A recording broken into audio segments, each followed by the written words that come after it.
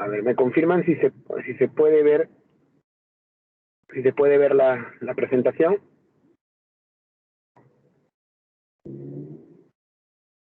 Vanessa, ¿se puede ver? Sí se ve, doctor, su presentación, sí se ve las diapositivas. Listo, muy bien. A ver.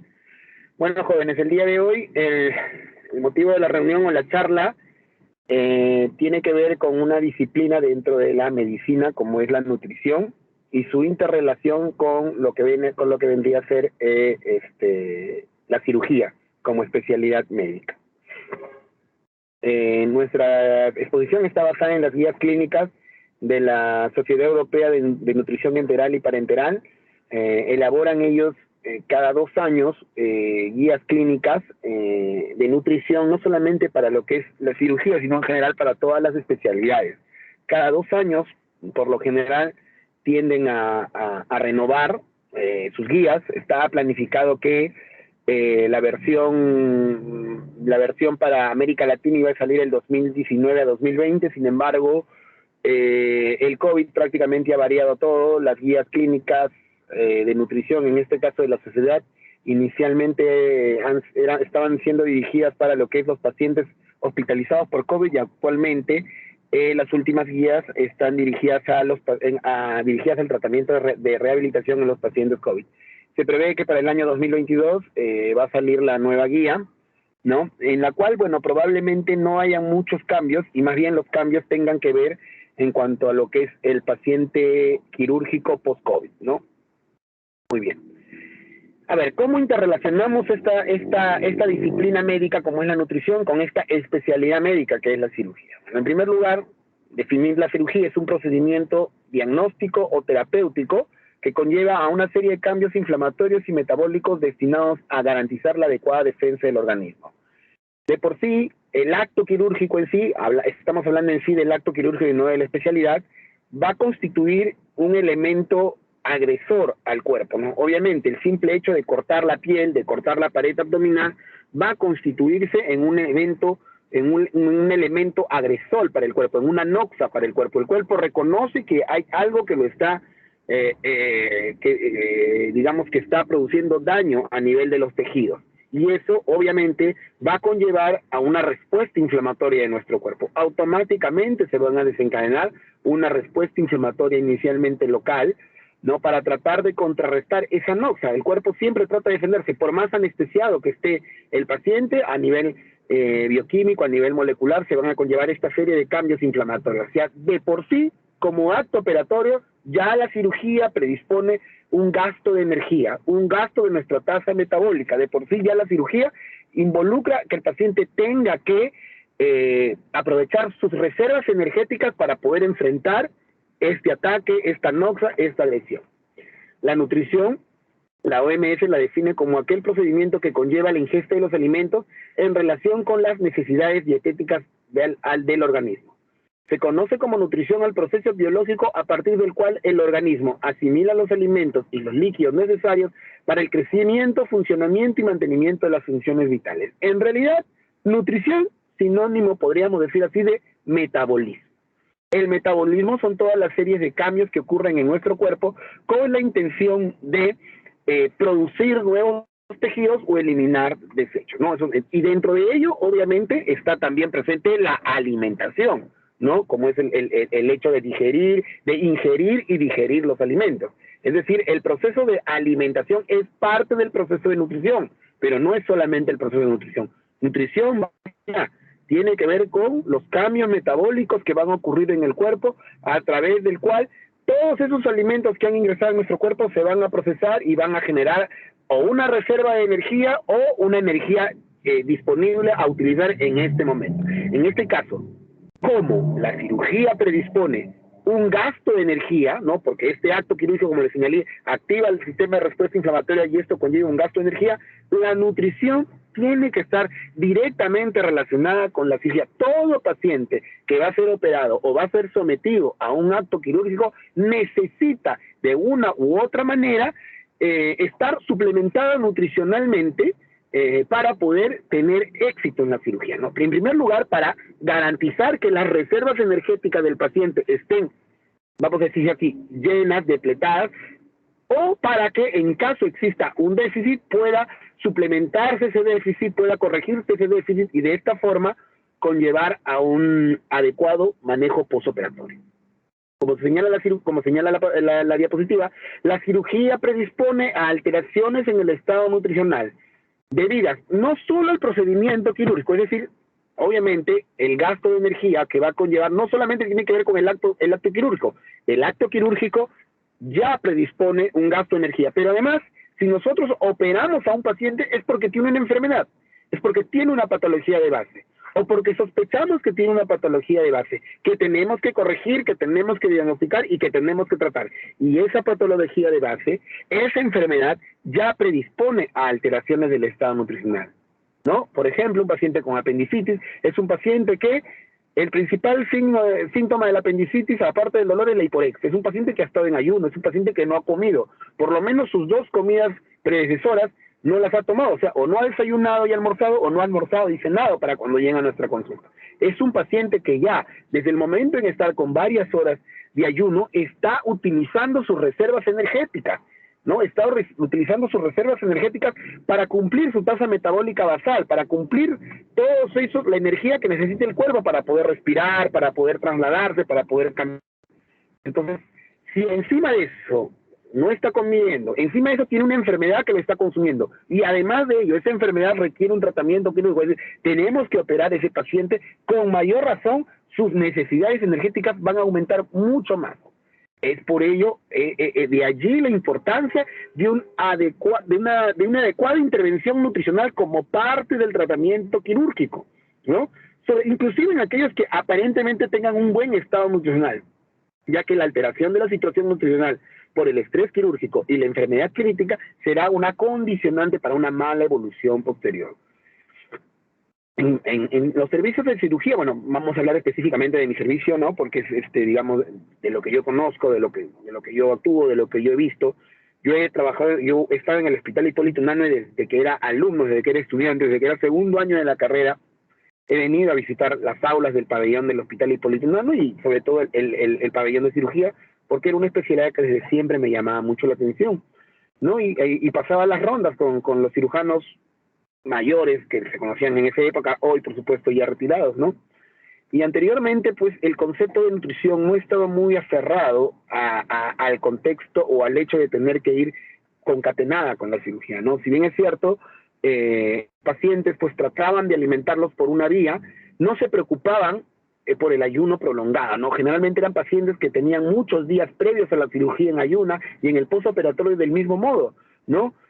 Hacían que estén muchos días postoperatorios sin poder comer. Anteriormente existía un precepto dentro de la cirugía en el cual se señalaba que si nosotros se había realizado en el paciente una sutura, un punto a nivel del aparato digestivo, si esa sutura era más próxima a la boca, los días de ayuno tenían que ser mucho mayores. Por ejemplo, si se hacía una rafía en el estómago, ¿no? O en el esófago o en el estómago, ese paciente pasaba en 10 días de NPO. Eran 10 días en que no podía consumir nada por vía oral. Si la sutura era en duodeno o en yeyuno, bajaban a 6 a 7 días. Si era en colon, 4 a 5 días.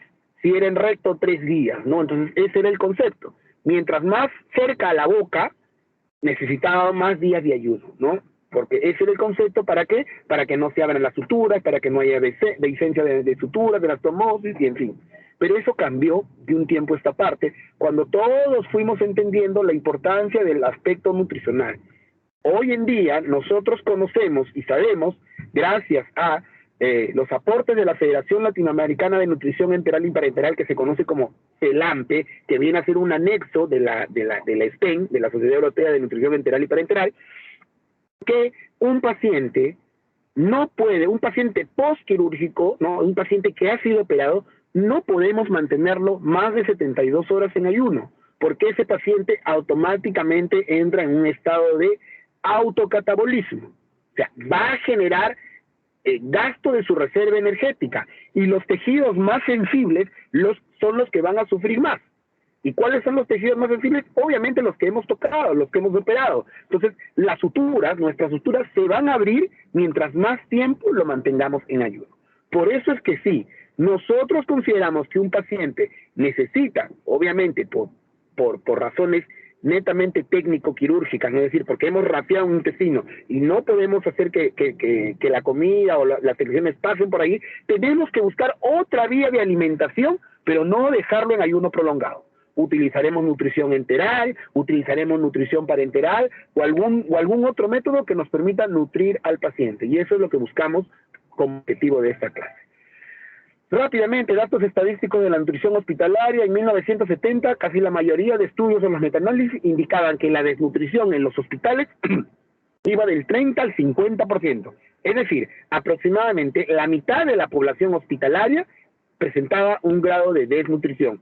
Específicamente en los pabellones de cirugía, del mismo modo, era este mismo porcentaje. El doctor de Minatea y el doctor Poggi, que son grandes cirujanos, miembros de la Sociedad Peruana de Cirugía Endoscópica y de la Sociedad de Cirujanos Generales, son past president ambos, desarrollaron hace muchos años un estudio en el Hospital Nacional Guillermo Almenara, en donde se determinó que la desnutrición en el servicio específicamente de cirugía era de aproximadamente el 42%, ¿no? Cifras muy similares de los datos internacionales. Eso nos indica o eso nos refleja de que pues 10 de 4 o 5 de cada 10 pacientes que vamos a operar tienen algún grado de desnutrición y tenemos que indicarle algún grado de soporte.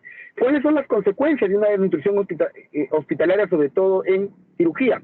Rápidamente, sencillamente, va a haber una mala cicatrización de las heridas postoperatorias, van a haber alteraciones en los mecanismos inmunológicos de defensa, va a haber un aumento de las infecciones con aumento de la estancia hospitalaria, va a haber una mayor mortalidad, lo que incide en el aumento de los costos hospitalarios.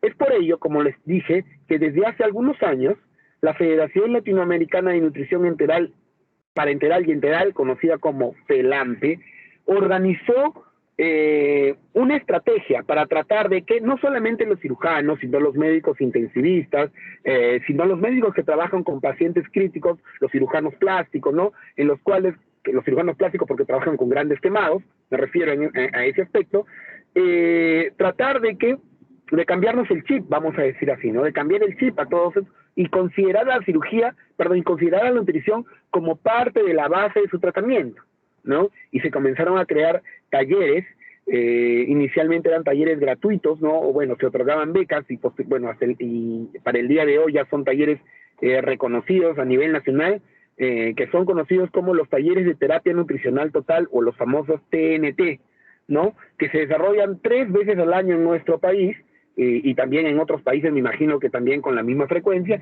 con la cual se busca que nosotros, los cirujanos, ¿no? Estamos hablando de nuestra especialidad en el caso de cirugía, adquiramos las destrezas necesarias para, en primer lugar, lograr definir o lograr establecer cuáles son los pacientes con riesgo nutricional y cuáles son los pacientes que tienen ya un diagnóstico de nutrición y darles el soporte adecuado, ¿no? Actualmente en nuestro departamento de cirugía contamos además con el apoyo de la unidad de terapia nutricional enteral y parenteral, como es UTENET, y prácticamente vamos de la mano con dicho servicio.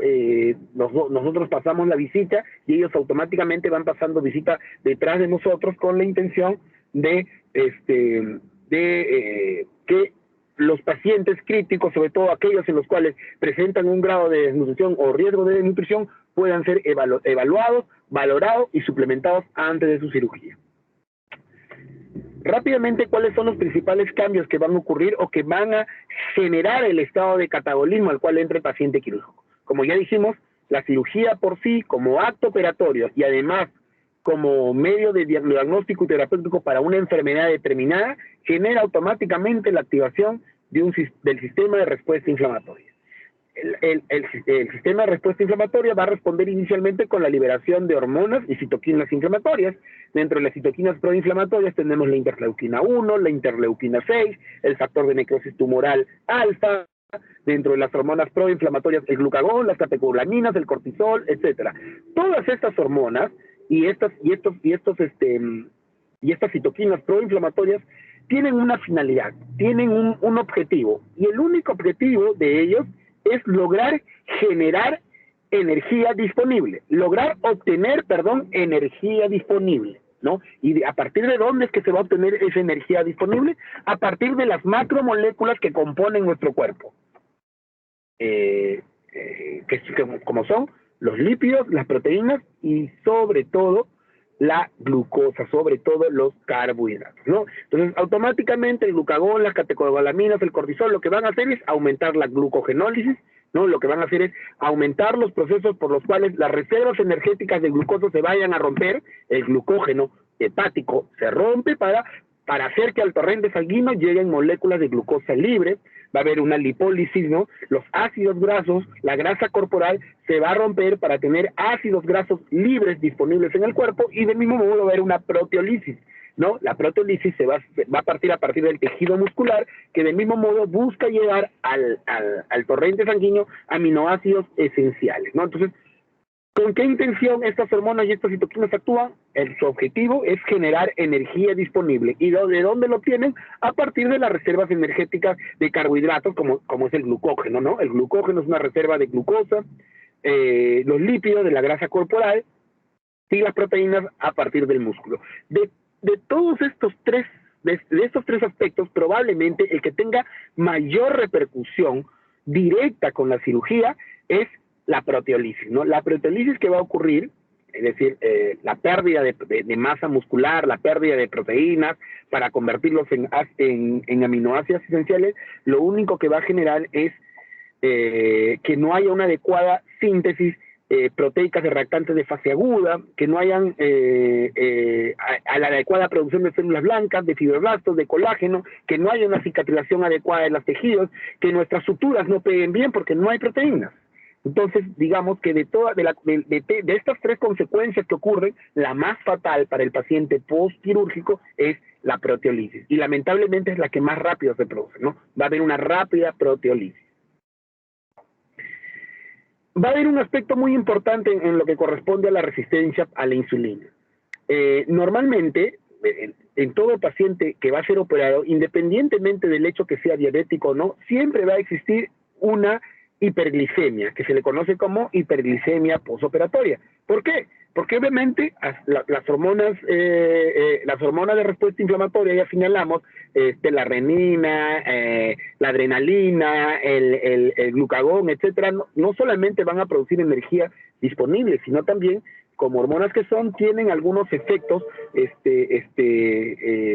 a otro nivel, ¿no? Bueno, uno de ellos, como dijimos, lo que hacen es generar glucosa disponible en la sangre y eso va a generar una hiperglicemia fisiológica, ¿no? En el paciente postoperado. Todo paciente que va a ser postoperado, si ustedes le toman una glucosa en el postoperatorio inmediato, por más que estén en ayunas, esta glucosa siempre va a estar por encima de los valores normales, ¿no? O por lo menos va a estar, su valor va a ser mucho mayor que cuando entró a salas de operaciones. Es por eso que un paciente que va a ser operado normalmente no puede tener una glucosa alta, porque de por sí en el postoperatorio inmediato esa glucosa va a aumentar mucho más y ya sabemos las consecuencias que puede traer un paciente con una hiperglicemia. Se bloquean también se bloquean los factores de coagulación, se bloquean las cicatrizaciones de las heridas. Imagínense un diabético que va a ser operado y que esté descompensado. Obviamente lo podemos llevar a la cetoacidosis diabética por la hiperglicemia postoperatoria que va a existir. Además de ello, como parte del mecanismo de compensación para esta hiperglicemia, es decir, como parte de la necesidad del cuerpo de generar o de tener energía disponible, también va a existir una resistencia a la insulina, que puede llegar a durar en algunas circunstancias hasta 2 o 3 semanas después de la cirugía, después de la operación. Generalmente esta resistencia a la insulina, que es un cambio metabólico que ocurre en el paciente postquirúrgico, su severidad va a depender en la medida del tipo de cirugía que ha sido realizada y sobre todo del tiempo operatorio. No va a ser lo mismo esta resistencia a la insulina en un paciente que vamos a operar de una colelá, por ejemplo, una colecistectomía laparoscópica programada, ¿no? En la cual es un paciente que ha sido preparado previamente, programado, con todos sus exámenes preoperatorios, que la resistencia a la insulina que se va a presentar, por ejemplo, en un paciente con un shock séptico por una peritonitis generalizada, ¿no? Obviamente en este paciente con la peritonitis, seguramente su resistencia a la insulina va a ser mucho mayor y esta hiperglicemia postoperatoria también va a ser mucho mayor. Muy bien, entonces, cirugía, sinónimo de necesidad de soporte nutricional, ¿no? Todo paciente que va a ser operado necesitamos darle soporte nutricional, así como a las gestantes que van a prepararse para un parto o para una cesárea se les da soporte de hierro, soporte de ácido fólico, soporte de micronutrientes, igual, en este momento el concepto es que todo paciente que va a ser operado requiere de algún grado de soporte nutricional, ¿no? Que ¿cómo se define el soporte nutricional? Es la administración de nutrientes artificiales, ya sea por vía parenteral o por vía enteral. O también podemos dar soporte nutricional por vía oral con fórmulas especialmente diseñadas en la actualidad para la nutrición oral.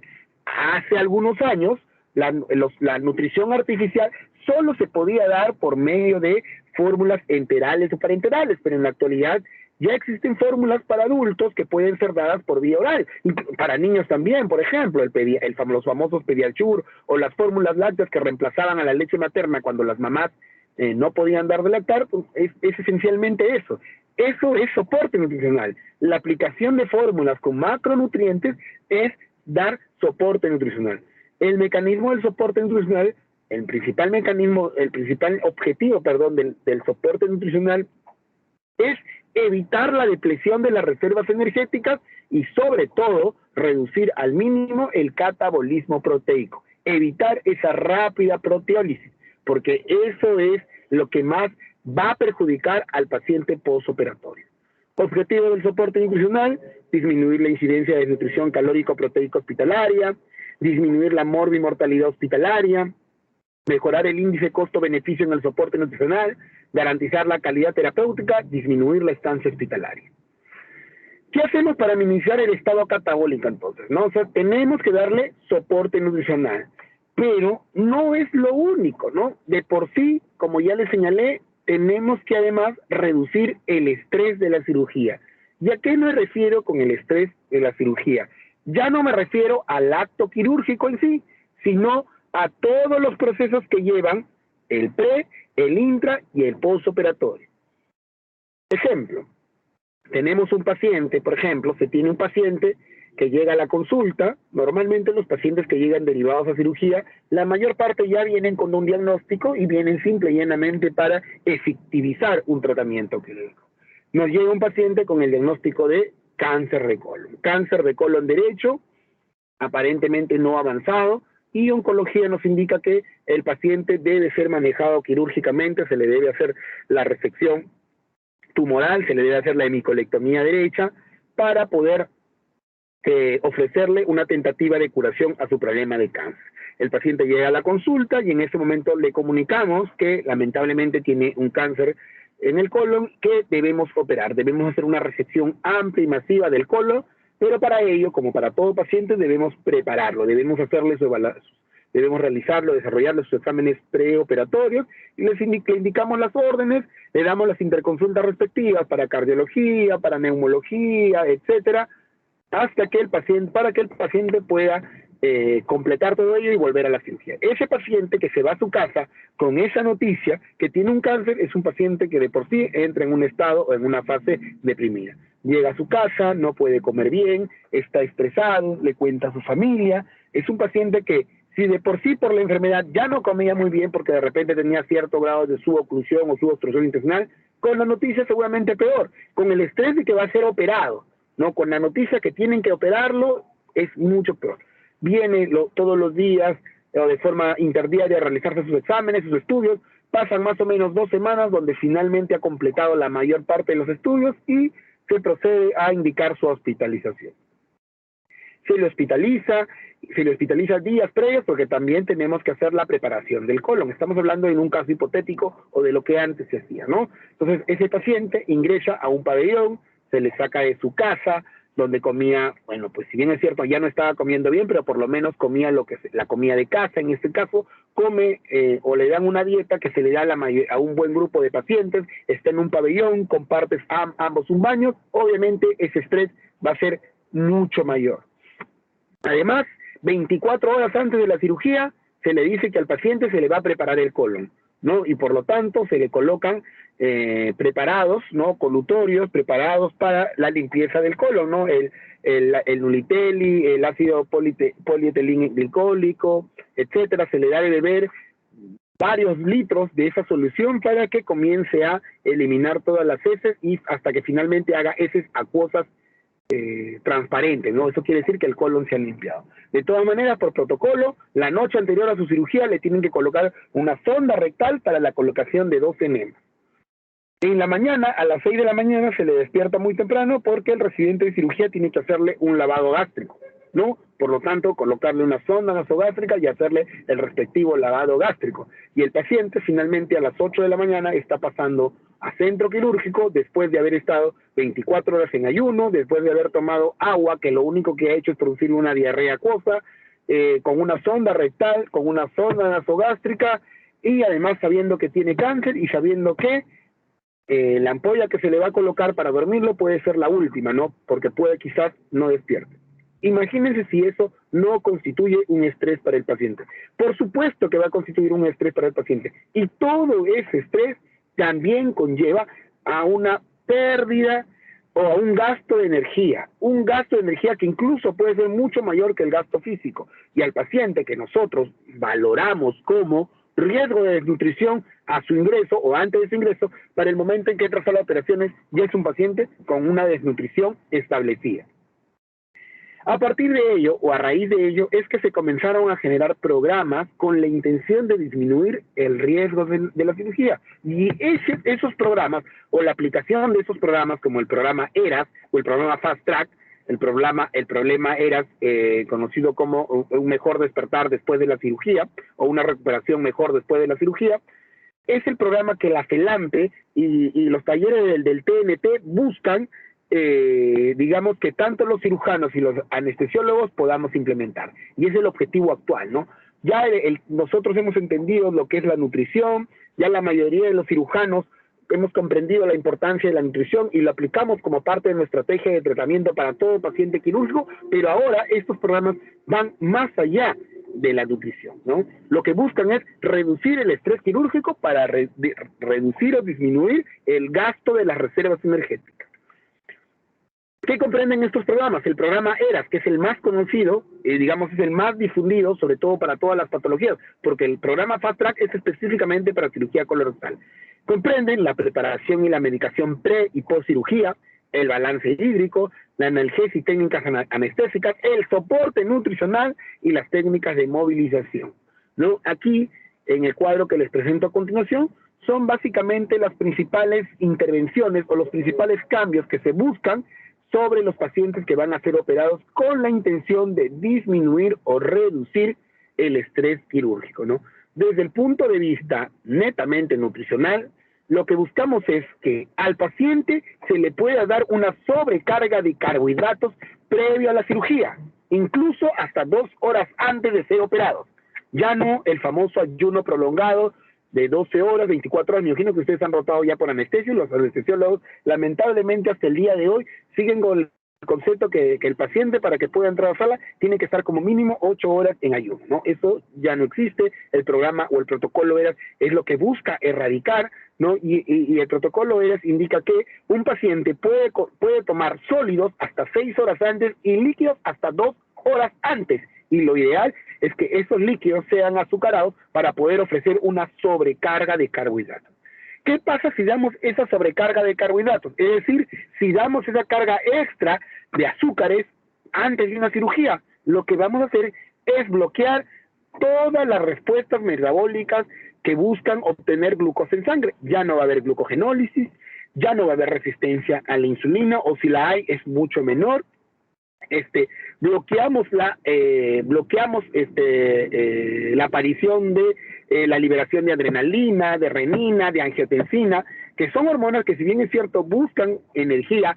El cuerpo, al darse cuenta que ya tiene energía extra en la sangre horas o minutos antes de una cirugía, pues lo que van a hacer es bloquearse todos esos mecanismos que solamente producen glucogenólisis, lipólisis y sobre todo proteólisis. Todo eso se bloquea simple y llanamente dando una sobrecarga de carbohidratos, que dentro del aspecto nutricional del programa ERAS es uno de los aspectos más importantes, conjuntamente con el rechazo de ayuno prolongado.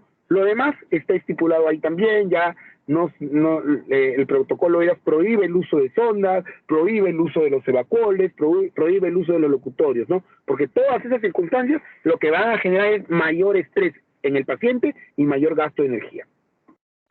¿Cuáles son los aspectos nutricionales del protocolo ERAS?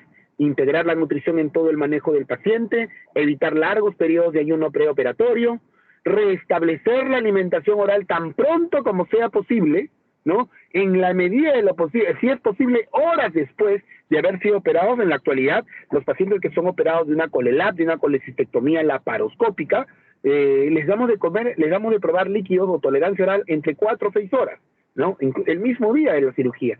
Y ya para la noche o para la mañana siguiente están comiendo, están tomando su desayuno de forma normal.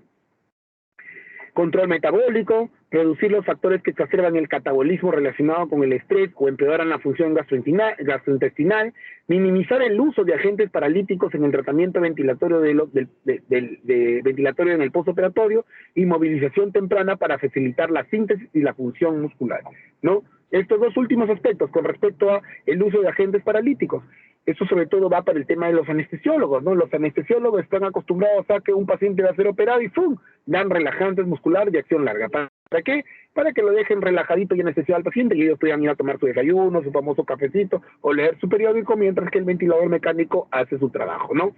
Pero ¿qué pasa? Llegamos, terminó la cirugía, nosotros cada vez tratamos de que el tiempo operatorio disminuya, se reduzca, por eso es que utilizamos instrumentales o digamos, utilizamos herramientas que nos favorezcan o que nos faciliten una cirugía de mucha más corta duración, por ejemplo, como las suturas mecánicas. Ya en la actualidad tratamos de no hacer rafías ni resecciones con puntos, con cortes, sino utilizando simplemente sutura mecánica, sutura lineal, que son básicamente grapadoras que nos facilitan el trabajo, nos ahorran varios minutos, incluso hasta horas de cirugía. Entonces, ¿qué pasa? Utilizamos nuestras suturas mecánicas, hacemos las reflexiones rápidas, pero el paciente sigue anestesiado. Entonces, el anestesiólogo se da cuenta que la cirugía terminó pronto, no le queda otra cosa más que revertir la anestesia del paciente, y si bien es cierto, esto genera que el paciente despierte, lo que va a ocurrir es que el paciente en el postoperatorio tenga todavía algunas funciones neurológicas no al 100%, como por ejemplo la vejiga. Son pacientes que hacen vejigas neurogénicas, son pacientes que hacen retenciones urinarias, vienen al día siguiente, no pueden orinar, se les tiene que sondear, y recién al cabo de 2 o 3 días pueden orinar con normalidad. O, lo más importante para nosotros los cirujanos, son pacientes cuyo peristaltismo no ha regresado por completo. Son pacientes que hacen lo que nosotros conocemos como un ilio. El ilio es la interrupción o la detención de los movimientos peristálticos. Por lo tanto, el paciente al día siguiente que queremos darle a comer, le damos a comer, y el paciente, como está en ilio, como no hay un adecuado peristaltismo, ¡bum!, todo se regresa. El paciente comienza a vomitar. ¿Todo por qué? Todo porque el anestesiólogo utilizó agentes relajantes o paralíticos en el tratamiento ventilatorio o en el tratamiento anestésico del postoperatorio. Eso el protocolo ERAS ya lo prohíbe, está contraindicado, está proscrito. Y con respecto a la movilización temprana para facilitar la síntesis proteica y función muscular, pues eso, ¿no? Es como ir al gimnasio. Cuando uno va al gimnasio, lo que busca es que haya hipertrofia muscular, ¿no? Y no hipotrofia, más bien. Entonces, cuando nosotros ponemos en funcionamiento el aparato muscular, lo que vamos a hacer es que obligamos al cuerpo de que se genere mayor síntesis de proteínas, y más bien evitamos la famosa proteólisis. Por eso es que la cirugía mínimamente invasiva ha sido tan importante, o es tan importante en la recuperación del paciente, porque al ser cirugía mínimamente invasiva, llámese cirugía laparoscópica o cirugía robótica, la noxa o el agente agresor, como es el corte en un paciente, disminuye las reacciones metabólicas, disminuye los cambios proinflamatorios, y con ello disminuye la glucogenólisis, la lipólisis y sobre todo la proteólisis. Muy bien. El ayuno perioperatorio es innecesario en muchos de los casos, por no decir en todos los casos. Como ya señalamos, la idea es evitar largos periodos de ayuno. En el preoperatorio se puede consumir líquidos hasta 2 horas antes y sólidos hasta 6 horas antes. Esto es una recomendación de la SPEN y de la FELAMPE. Tiene un grado de recomendación del tipo A con un nivel de confianza de hasta el 97%, ¿no? siempre y cuando no exista riesgo de aspiración, es decir, siempre y cuando estemos un paciente que está neurológicamente activo o no sea un paciente en los extremos de la vida, porque obviamente si existe el riesgo de aspiración, si es un paciente postrado con ACV o con algún tipo de alteración neurológica en donde existe el riesgo de aspiración, no podemos aplicar este concepto. Pero si no es así, lo recomendable es dar líquidos y sobre todo azucarados con una sobrecarga de carbohidratos 2 horas antes de la cirugía y sólidos hasta 6 horas antes. Eso en el preoperatorio. Y en el postoperatorio, como hemos señalado, debemos restablecer lo más temprano posible la ingesta. Y el soporte debe comenzar dentro de las primeras 24 o máximo 48 horas, porque como ya señalamos, después de las 72 horas en un paciente postquirúrgico, el paciente, si dejamos más de 72 horas a un paciente postquirúrgico en ayuno prolongado, lo único que vamos a contribuir es a aumentar el catabolismo proteico, a aumentar la proteólisis. En el postoperatorio, como dice ahí, lo mejor, si es que no podemos utilizar la vía oral, si van a pasar 3 días y vemos que por el tipo de cirugía no vamos a utilizar la vía oral, debemos utilizar nutrición enteral o nutrición enteral más para enteral para cubrir los requerimientos energéticos. Los objetivos en el preoperatorio, por lo tanto, son mantener o mejorar el estado nutricional previo a la agresión, previo a la cirugía, disminuir la morbimortalidad perioperatoria, prevenir la desnutrición postoperatoria y prevenir la depresión en estados hipercatabólicos. Los pacientes que van a beneficiarse del soporte nutricional, obviamente son los pacientes desnutridos o muy desnutridos, o los pacientes con alto riesgo de desarrollar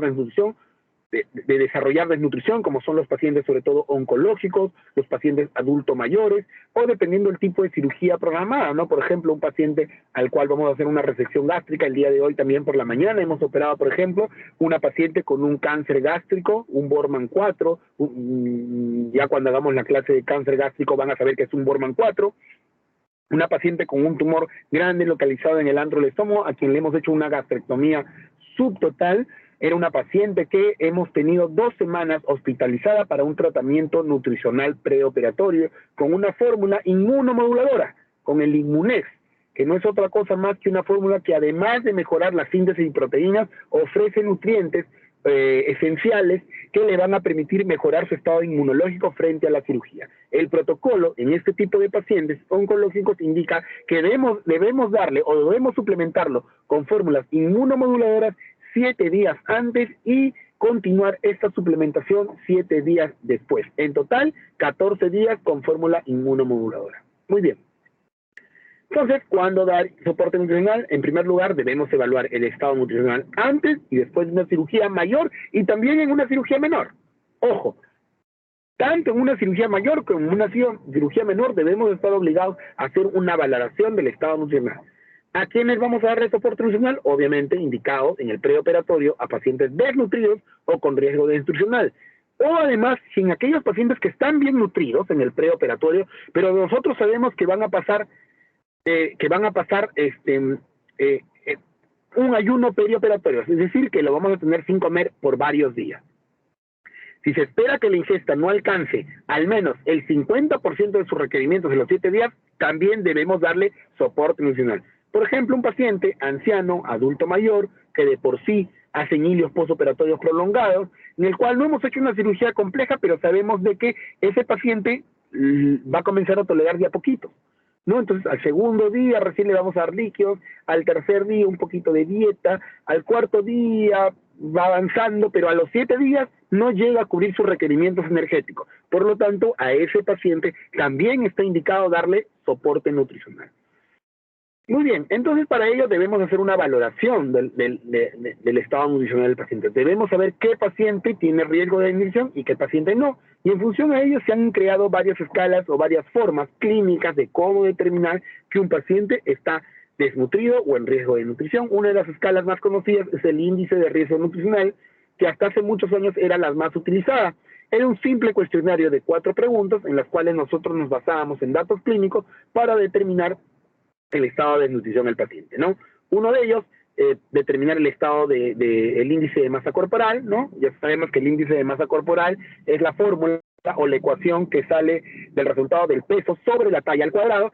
Si ese índice de masa corporal es menor a 20.5, obviamente eso involucra un punto. Si ha perdido peso en los últimos 3 meses, si disminuyó la ingesta en la última semana o si posee alguna enfermedad grave, bueno, esas son 4 preguntas. Las respuestas positivas indican 1 punto, las respuestas negativas 0 puntos. Si la suma es 3 puntos o más, es un paciente que requiere soporte nutricional. Entonces, eso es una forma o un dato clínico. Sin embargo, el índice de riesgo nutricional también tiene una fórmula matemática que generalmente lo aplican los pacientes ya en las unidades de cuidados intensivos o en las unidades de terapia nutricional enteral y parenteral, ¿no? Para que el gasto de energía, para que el gasto de pérdida o de nutrición, para poder conocer, mejor dicho, cuál es su déficit y en función a ello poder suplementarlo de una forma mucho más exacta, ¿no? La fórmula que tienen ahí es 1.519 multiplicado por la albúmina sérica sumado a 0.417 por el peso actual sobre el peso usual por 100, por un factor de conversión que es 100. Con esa fórmula podemos determinar, obtenemos una cifra y según esa cifra obtenemos el grado de desnutrición. Una desnutrición leve es aquella que nos da valores de 97.5, ¿no? Una desnutrición moderada va de 83.5 a 97.5 y una desnutrición grave menor a 83.5. Si tiene más de 100 de puntaje, no hay desnutrición.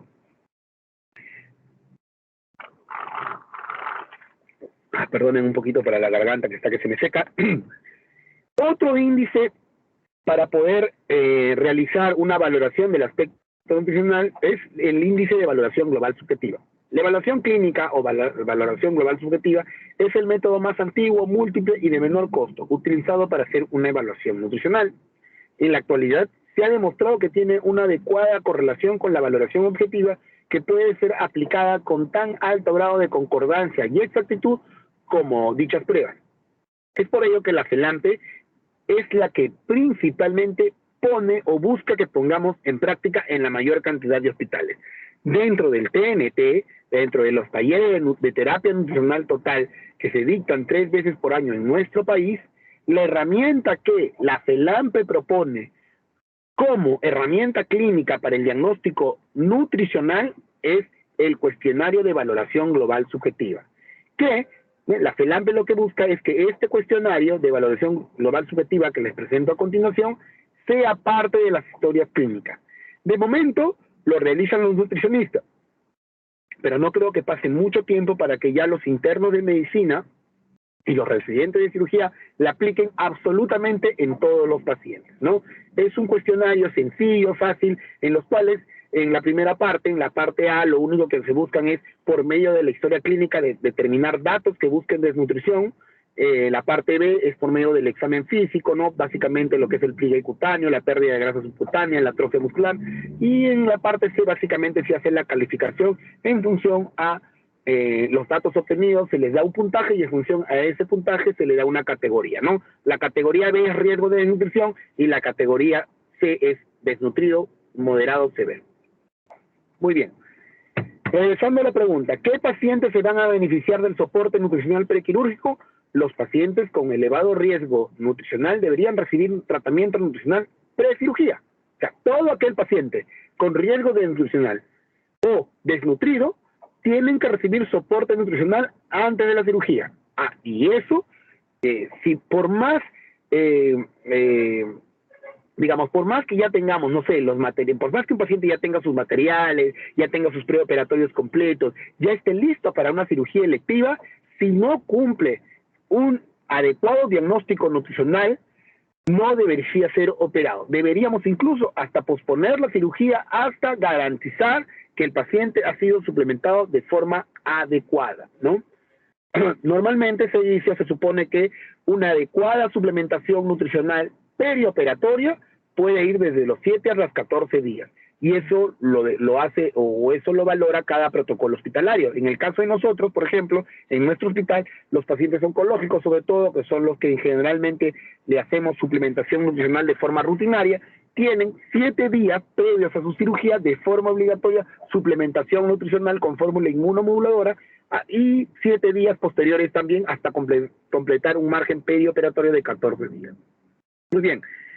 ¿Quiénes son los que tienen riesgo severo de nutrición? Aquellos que cumplen por lo menos uno de los criterios que se presentan a continuación, como son pérdida de peso de más de 10 al 15% en 6 meses, pacientes con IMC menor de 18.5, pacientes que presenten una valoración global subjetiva de la categoría C o un índice de riesgo nutricional mayor de 5, o que tengan en su estudio de laboratorio una albúmina menor de 30 gramos por litro o también 3 miligramos por decilitro, según los valores que presente cada laboratorio, sin insuficiencia hepática o renal. Normalmente la albúmina va a reflejar más el catabolismo que la desnutrición por sí solo. Siempre que sea posible, la vía oral o la vía enteral van a ser de elección para el soporte nutricional. Este es otro aspecto que por favor tienen que llevarse en la mente. El soporte nutricional consta de la suplementación oral, enteral y parenteral, como les había dicho. Pero siempre el orden de cómo vamos a escoger esa suplementación va desde iniciar con la vía oral. Si no podemos suplementarlo por la vía oral, nuestra segunda opción es la nutrición enteral, que es una nutrición que llega directamente al intestino.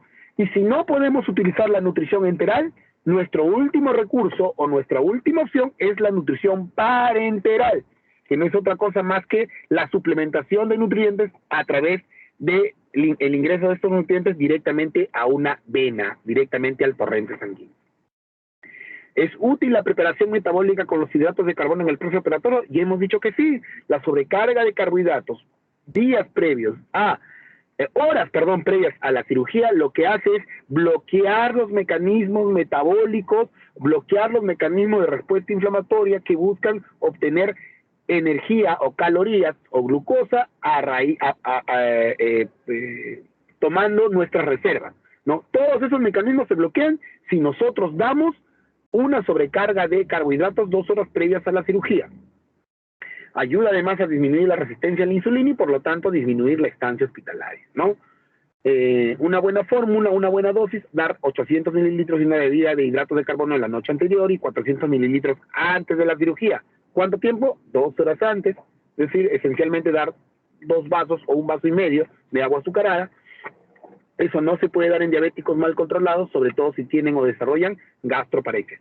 Si por algún motivo la vía oral está contraindicada, podemos dar por vía enteral, no a través de una vía periférica, 200 gramos de glucosa preoperatoria endovenosa o, si queremos por kilo de peso, 1.5 a 2 gramos por kilo de peso de glucosa a nivel sanguíneo. Bien. Vamos avanzando. Muy bien, el uso de sondas para la nutrición. Las sondas las vamos a utilizar ya no para lavados gástricos, ya no para limpiar el estómago, sino esencialmente se van a utilizar para suplementación nutricional. Suplementación nutricional. Y específicamente utilizamos las sondas, sea nasogástrica o nasoenteral, para nutrición enteral.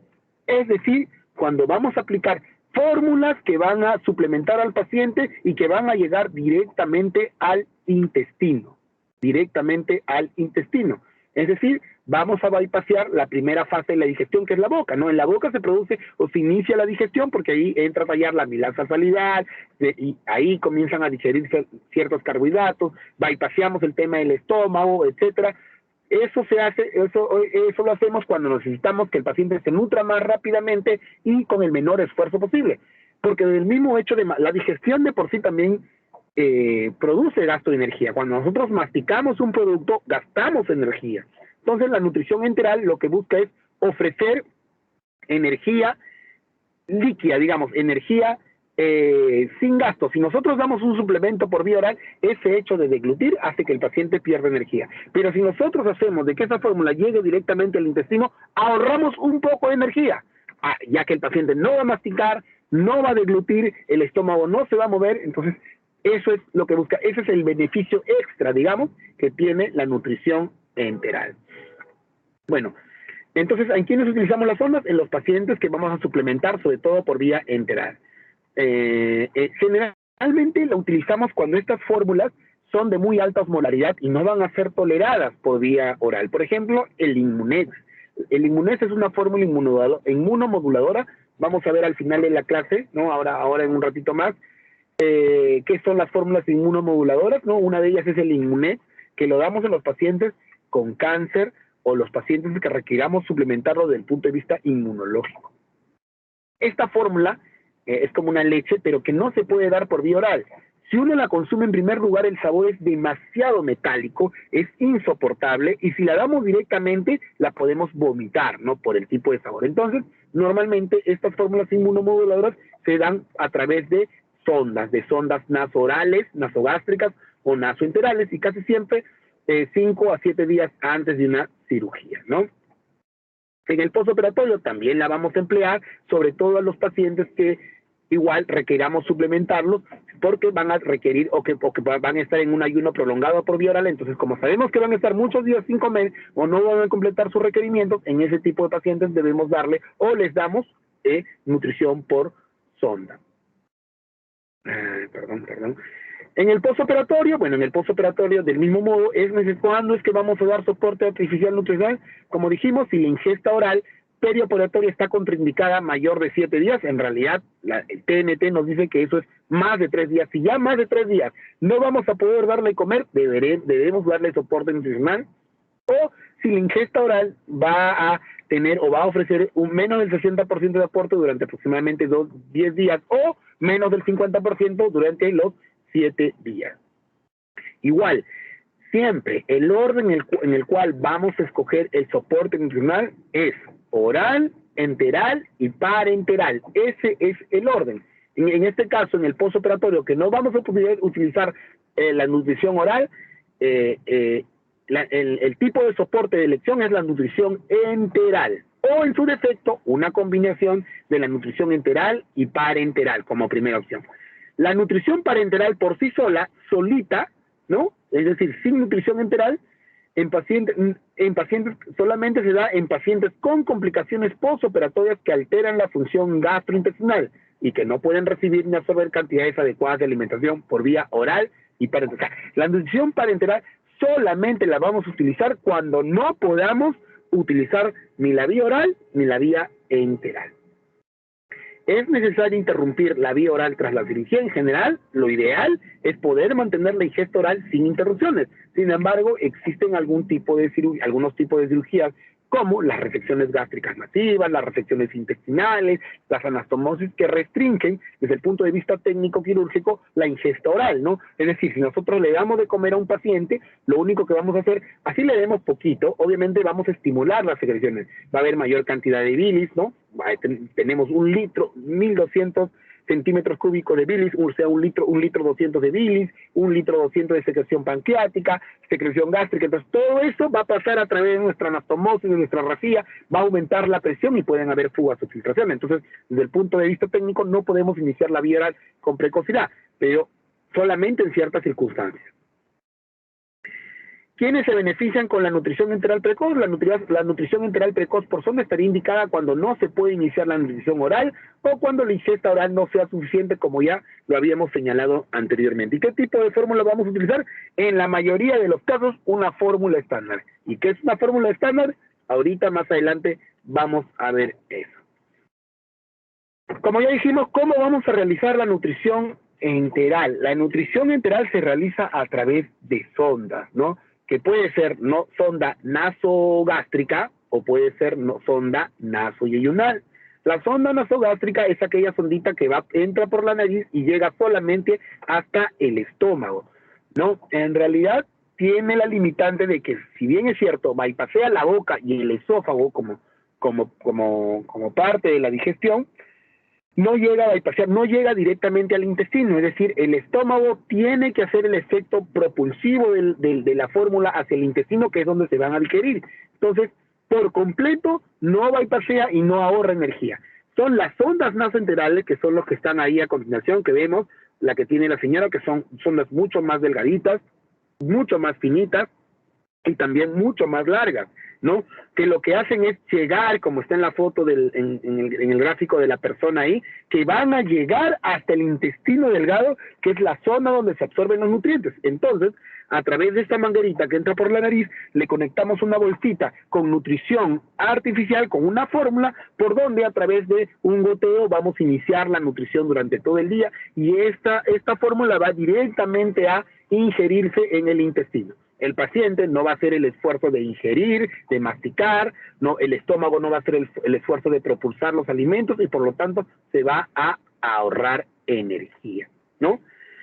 Pero hay circunstancias o situaciones en las cuales no podemos utilizar sondas a través de la nariz o de la boca porque, por ejemplo, podemos entrar en un caso en el que el paciente ha consumido cáusticos, ¿no? Por ejemplo, se ha tomado lejía y se ha quemado todo el esófago, o pacientes que han tenido cirugías maxilofaciales o cirugías de esófago radicales, en donde está bloqueada la entrada de los alimentos, pero también la entrada de sondas. Entonces, ante esa circunstancia, podemos utilizar, esto es una forma obviamente mucho más invasiva, porque tenemos que hacerlo por medio de cirugía, la aplicación de sondas de jejunostomía de alimentación directamente al intestino.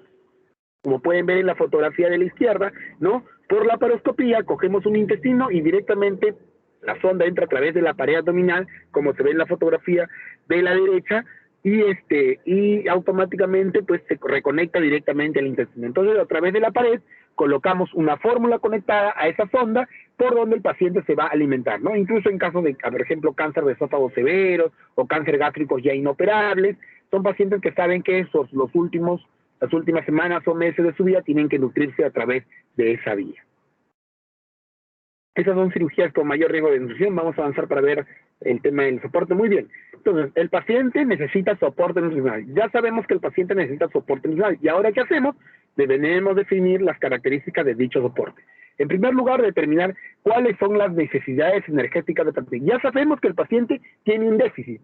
Muy bien, pero ¿de cuánto es ese déficit y cuánto vamos a suplementarlo? Debemos saber cómo vamos a distribuir los nutrientes que se le va a dar a ese paciente y qué tipo de fórmula le vamos a dar. En cuanto a las necesidades energéticas, existe una ecuación muy conocida que es la ecuación de Harris-Benedict, que lo que busca es determinar o estimar el gasto calórico en reposo. Es decir, si nosotros estamos sentados sin hacer nada, ¿no? Normalmente un paciente está sentado sin trabajar, sin hacer nada, entonces por lo general nosotros tenemos una tasa metabólica basal, o sea, todas las actividades metabólicas que ocurren en nuestro cuerpo, el hecho de hablar, el hecho de respirar, el hecho de digerir nuestros alimentos, ir al baño, sentarnos, defecar, etcétera, todo ello involucra un gasto de energía. Y ese gasto de energía se le conoce como tasa metabólica basal. Y esa tasa metabólica basal tiene una fórmula, que es la que se presenta a continuación, tiene una forma específica para los varones y una fórmula para las mujeres, ¿no? En las cuales intervienen como variables el peso, la talla y la edad multiplicado por ciertos factores numéricos. Además de ello, si ese paciente va a ser sometido a una cirugía menor, ese valor se multiplica por un factor de conversión que es 1.1 en el caso de una cirugía menor o 1.2 en el caso de una cirugía mayor. Entonces, en función a eso, se saca un gasto, se saca la cantidad de calorías que necesita el paciente.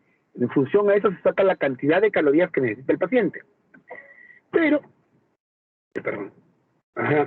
bueno, se borró, había una ecuación, había una diapositiva después de esa, pero nosotros en cirugía general tratamos siempre de ser lo más prácticos posibles, y también existe otra fórmula empírica o una forma empírica de determinar aproximadamente cuál es el cálculo de energía que requiere un paciente en general. Y esa fórmula es una fórmula mucho más sencilla, en el cual nosotros decimos que cada persona, o una persona, un adulto de edad promedio, que pesa 70 kilos, que requiere más o menos de 30 a 35 kilocalorías por kilo de peso. Es decir, vamos a poner un ejemplo, nuestro abuelito, no sé, el abuelito de ustedes, de cualquiera de ustedes, su abuelito que es flaquito, pesa, vamos a poner 60 kilos. Entonces, ustedes dicen, muy bien, ¿cuánto es la cantidad de energía que mi abuelito tiene que consumir para que se mantenga bien, para decir que está adecuadamente nutrido? Aplicamos nuestra fórmula, de 30 a 35 kilocalorías. Vamos a comer el mínimo, 30. 30 por 60, son 1800. Nuestro abuelito necesita 1800 kilocalorías por día para decir que se está cubriendo todos sus requerimientos. Pero ¿qué pasa si su abuelito apenas come su desayuno, apenas almuerza, apenas cena, y en función a las cantidades y el tipo de alimentación que tiene, ustedes le hacen, hay gráfica de valores para las calorías de los alimentos? Por ejemplo, una porción de arroz puede ofrecer 200 a 300 kilocalorías, un pan puede ofrecer 150 o 200 kilocalorías, una taza de leche 80 a 100 kilocalorías. Existe una tasa o una fórmula que manejan los nutricionistas, una tabla de cantidad de calorías que ofrece cada alimento. Y en función a ello, ustedes determinan que su abuelito por día a lo mucho consume 1.400 kilocalorías por día. Entonces nosotros decimos, uy, con razón mi abuelita está bajando de peso, porque obviamente no completa su requerimiento. Tiene un déficit de casi 400 kilocalorías. Entonces, ¿qué puedo hacer? Le tengo que dar una forma, suplementarlo. Le tengo que dar una fórmula que complemente esas 400 kilocalorías que necesita. ¿Y qué fórmula le voy a dar? Ahora más adelante vamos a ver. Acuérdense, su abuelito necesita 400 kilocalorías para completar sus requerimientos. Muy bien. ¿Cómo se van a dar el reparto de nutrientes? ¿No? El reparto de nutrientes en toda fórmula. El reparto de nutrientes, bueno, ahí van a ver en la gráfica, en la diapositiva, ven bastante letras, pero concéntrense solamente en el cuadrito amarillo. El reparto de nutrientes de toda fórmula o de todo componente alimentario siempre debe ser en la misma proporción. ¿Cuál es la proporción? 20, 30, 50. 20% de proteínas, 30% de lípidos y 50% de carbohidratos. Ese debe ser el reparto de nutrientes en todo paciente al cual ustedes vayan a suplementar. En todo paciente al cual vayan a suplementar, salvo algún u otro caso especial en el cual pueden agregarle o modificar algo de la proporción. Pero en general, en una fórmula estándar, esa debe ser el reparto de nutrientes. Por eso le digo, concéntrese solamente en el cuadrito amarillo de arriba a la derecha, 20, 30 a 50. Esa es la fórmula del reparto de nutrientes. Muy bien, ¿y qué tipo de fórmula van a dar? En primer lugar, en función a el tipo de soporte que le van a dar. Si es soporte enteral o si es soporte parenteral. Ahí hay un error. Esa flechita debería ir para el lado de donde dice enteral, ¿no? Ahí en la diapositiva dice soporte enteral y parenteral y dice que el parenteral es más utilizado. Es al revés. El enteral es el más utilizado. Como dice ahí, la nutrición enteral precoz es efectiva y bien tolerada, con disminución de las complicaciones infecciosas y mejoría en las cicatrices y heridas. Por lo tanto, ahí sí está bien, la nutrición parenteral solo se debe emplear si existe contraindicación absoluta en la utilización del tracto gastrointestinal o como complementaria, la nutrición parenteral como complementaria si no se cubren los requerimientos nutricionales. Existen varios tipos de fórmulas. Tenemos, dentro de las más conocidas, los sustratos inmunomoduladores o las fórmulas inmunomoduladoras que ya les adelanté, como son el Inmunet, y las fórmulas estándar e individualizadas. Fórmulas enterales. Las fórmulas enterales se clasifican en función a tres características: su osmolaridad, su densidad calórica y su contenido proteico. Una fórmula es hipertónica si tiene una osmolaridad que llega hasta los 700 miliosmoles por litro. Una fórmula es isotónica si tiene una osmolaridad de 300 miliosmoles por litro y es hipotónica si tiene una osmolaridad de 270 miliosmoles por litro. Por ejemplo, la fórmula inmunomoduladora, el Inmunet, es una fórmula hipertónica, tiene demasiada osmolaridad. Por lo tanto, al tener mucha osmolaridad, no resiste, el estómago no la resiste y no la tolera, y por eso es que produce náuseas y vómitos. No es bien tolerada por vía oral y por eso es que se tiene que dar directamente por vía parenteral. En cuanto a la densidad calórica, existen fórmulas hipercalóricas, normocalóricas e hipocalóricas. Las fórmulas hipercalóricas son aquellas que dan o que otorgan 1.5 a 2 kilocalorías por mililitro de fórmula. Las normocalóricas son aquellas que dan 1 kilocaloría por cada mililitro de fórmula, y las hipocalóricas aquellas que dan 0.5 kilocalorías por mililitro de fórmula, ¿no? Entonces, por lo general, y en cuanto al contenido proteico, tenemos fórmulas hiperproteicas, aquellas que tienen más del 18% de proteínas en su fórmula, normoproteicas, aquellas que tengan 12 a 18% de proteínas en su fórmula, e hipoproteicas, aquellas que tengan menos del 12% de proteínas en su fórmula. Una fórmula estándar, como ya habíamos hablado anteriormente, una fórmula estándar, le dije, acuérdense, van a ver lo que es una fórmula estándar. Una fórmula estándar es aquella fórmula que sea isotónica, normocalórica, normoproteica. Una fórmula estándar es una fórmula que sea isotónica, normocalórica y normoproteica. A su abuelito, que le faltaba 400 kilocalorías, para complementar su requerimiento, lo ideal es que ustedes lo puedan suplementar con una fórmula estándar. Que ¿cuánto de fórmula estándar necesitan? Por ejemplo, como la fórmula estándar es normocalórica, es decir, 1 kilocaloría por cada mililitro, si su abuelito necesita 400 kilocalorías por día, entonces le van a dar 400 mililitros de esa fórmula estándar.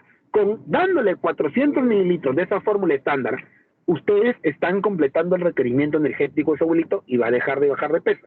¿Y cuál es la fórmula estándar o fórmula polimérica, que como también se lo conoce, actualmente más comercial, más conocida que en la actualidad, que antes solamente existía en los hospitales, pero ahora lo tienen hasta en Plaza B, a Tots Metro? El famoso Ensure.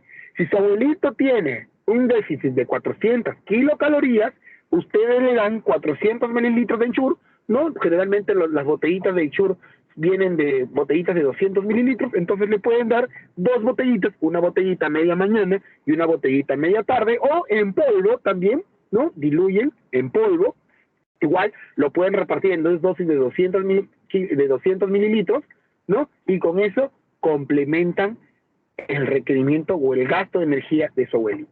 Con ese simple hecho de darle Ensure, obviamente no le pueden dar por dar, no es que, ay, abuelito, toma tu Ensure por si acaso, tienen que saber cuánto deben de dar en función a su gasto energético, y en función a eso están haciendo ya terapia nutricional, ya están haciendo soporte nutricional. Como ven, el Ensure es una fórmula estándar, porque en primer lugar cumple el gasto de nutrientes, ¿no? Porque son 50, 30, 20. 50 de carbohidratos, 30 de lípidos, 20 de proteínas. Además, es una fórmula que tiene 200 a 300 miliosmoles, o sea, es isotónica. Además, es normocalórica, porque nos da 1 kilocaloría por mililitro de peso, y además es normoproteica, porque tiene 15% de proteína. Entonces, la fórmula estándar o fórmula polimérica es una fórmula que cumple todas estas características y que son las más fáciles con las cuales vamos a poder suplementar. Existen también fórmulas oligoméricas o fórmulas predigeridas, que también son normocalóricas, pero que son fórmulas en las cuales sí no se pueden dar por vía oral, ¿no? Son fórmulas que son predigeridas directamente para que puedan ser absorbidas en el intestino. Generalmente se utilizan en aquellos pacientes que tienen déficit enzimáticos, que tienen intestino corto, por ejemplo, y que necesitamos que se absorban mucho más rápidamente. También tenemos fórmulas elementales en donde solamente utilizamos algún tipo de producto de macronutriente específico en función a necesidades asociados a los famosos productos modulares, ¿no? De repente sepa su abuelito necesita más proteínas que otra cosa, ¿no? De repente su abuelito, bueno, posee una enfermedad, una miopatía, una enfermedad muscular o reumática que consume su tejido muscular, entonces necesitamos suplementarlo con un módulo proteico. Le damos algún tipo, bueno, desde el punto de vista nutricional, podemos darle, pues, como dice ahí, en cuanto a proteínas, hígado, pechuga de pollo, patés, claras de huevos, corazón de res. Bueno, eso ya es un tema más para nutrición, pero más o menos para que me entiendan, o sea, además de la fórmula, le pueden agregar un complemento proteico y a eso se le conoce como módulo o producto modular. Muy bien. Entonces, ya hemos hablado de las fórmulas estándares, las fórmulas estandarizadas, ¿no? A la cabeza, o el más conocido, el Ensure, y ahora vamos a hablar de los famosos inmunonutrientes, que son esencialmente fórmulas de suplementación hospitalaria. Los inmunonutrientes son fórmulas específicas enriquecidas con inmunonutrientes y que tienen elementos nutricionales esenciales, como la arginina, la glutamina, los ácidos omega 3 y omega 6 y los ácidos ribonucleicos, que se ha demostrado su efectividad no solamente desde el punto de vista nutricional, sino específicamente desde el punto de vista inmunológico, porque garantiza, mejora y activa los sistemas de respuesta inmune del paciente postoperatorio. O sea, no hay mejor fórmula para nosotros que las fórmulas inmunomoduladoras. Como ya dijimos, tenemos la glutamina, la arginina, los ácidos omega 3 y omega 6 y los nucleótidos. Ambos, como pueden ver en los cuadros, esencialmente su principal función es de regular las funciones gastrointestinales, inmunes y hormonales. Mejoran el sistema de respuesta inmune y son las más utilizadas. Bueno, ahí tienen la descripción de cada una de ellas, eso lo pueden leer. En esencial, lo que me interesa es que sepan que generalmente estos inmunonutrientes están constituidos por cada uno de estos elementos: arginina, glutamina, omega 3 y los nucleótidos. Y todos en conjunto lo que hacen es mejorar el sistema de respuesta inmune. Rápidamente, algunas breves palabras con respecto a la nutrición parenteral. La nutrición parenteral es la nutrición en la cual nosotros dirigimos los nutrientes directamente al torrente sanguíneo. ¿A través de qué? A través de una vía periférica, y a eso se le conoce como nutrición parenteral periférica, o a través de una vía venosa central, que es lo más común, lo más utilizado, que es la nutrición parenteral central, ¿no? ¿Por qué la nutrición parenteral es la más utilizada? Porque obviamente la mayor parte de nutrientes que vamos a utilizar, si nosotros es un paciente que no puede comer nada, que solamente tiene nutrición parenteral específica, la carga de nutrientes y la osmolaridad de los mismos, que van a pasar a través de una bolsa conectado a un catéter, a una vía, no pueden ir a una vía periférica porque la van a romper. Directamente tienen que ir a una vía venosa central, como la vena yugular, la vena subclavia, etcétera, ¿no?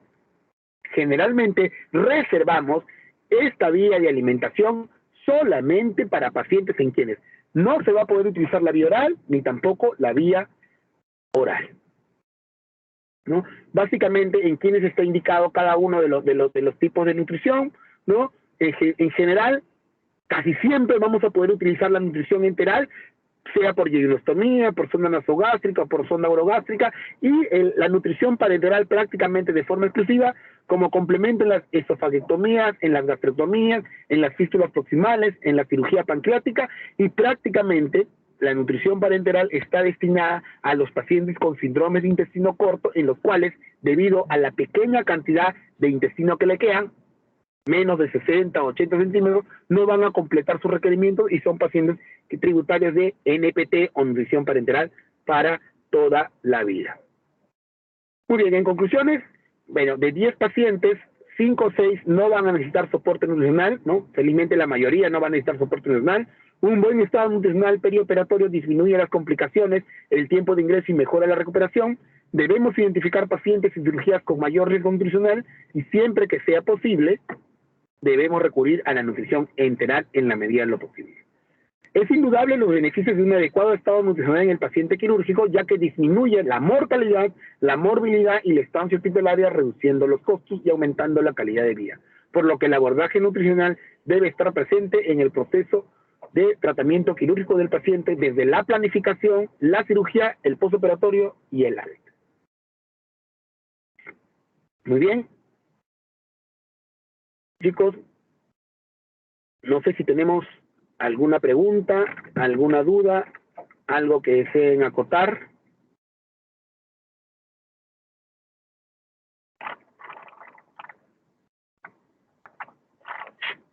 Ahora ya saben, cuando alguien esté bajando de peso porque no está completando sus requerimientos, ustedes pueden iniciar un soporte nutricional desde su casa con las fórmulas poliméricas que existen ya para uso comercial, ¿no? Como no solamente el Ensure, actualmente hay otras marcas más, el Ensure es la más conocida, tenemos el Enterex, tenemos el Osmolite, etcétera.